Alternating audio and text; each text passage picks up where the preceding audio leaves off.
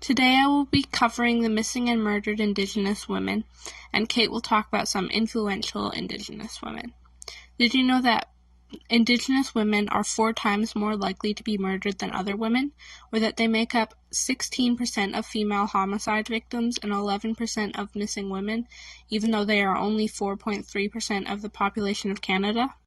Of the 582 cases involving Indigenous women in 2010, 67% of the cases were murder cases, 20% were missing persons cases, 4% were suspicious deaths, and 9% were unknown. This is a big problem, and we need to do something about it. To figure out how to solve this problem, we first need to understand why it might be happening.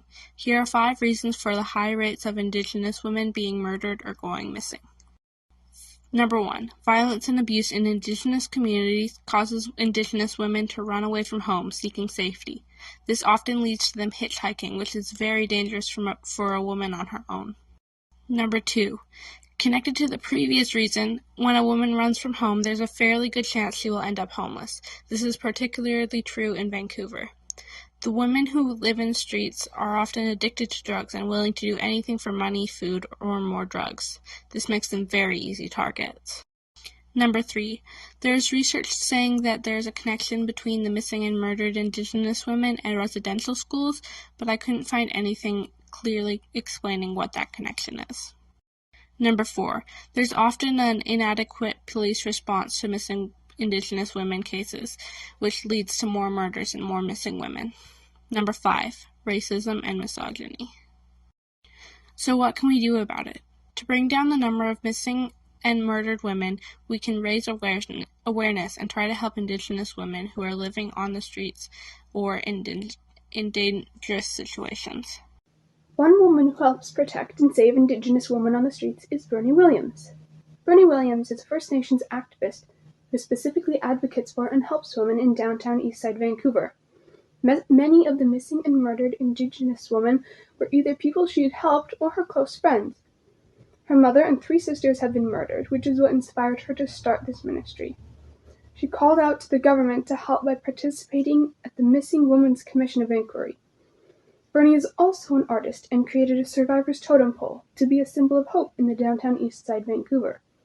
Her workspace walls are plastered with the names of missing and murdered Indigenous women.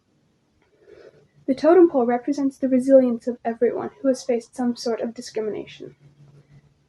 Another influential Indigenous woman is Tanya Tagaq. She is an experimental artist who blends Inuit throat singing with electronic, classical, punk, and rock music. She has won a Juno Award, a Canadian Aboriginal Music Award, and a Polaris Music Prize.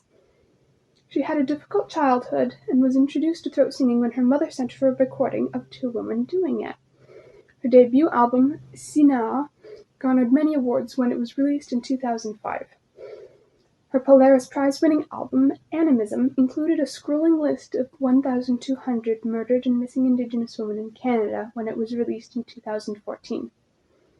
She has also published a memoir/novel called Split Tooth that is a coming-of-age story of a young girl in Nunavut in the 70s. Tanya is a supporter of traditional Inuit sealing and is strongly opposed to PETA and other animal rights activists. She has a quote that says, "I had that scroll of 1,200 missing and murdered Indigenous women, and that's just in Canada over the last 30 years, and you're freaking out over some seals? It's terrifying to the bone that people would care more about that. And I don't even know how to deal with it." These women that are out there fighting to help bring recognition to the missing and murdered Indigenous women are fighting a long and tedious but necessary fight. We too can help spread awareness about missing and murdered Indigenous women, and we can also help those that are not missing or murdered yet before it is too late. You can donate to a homeless agency or simply take the time not to discriminate. Remember that they are made in the image of God and are worth our respect.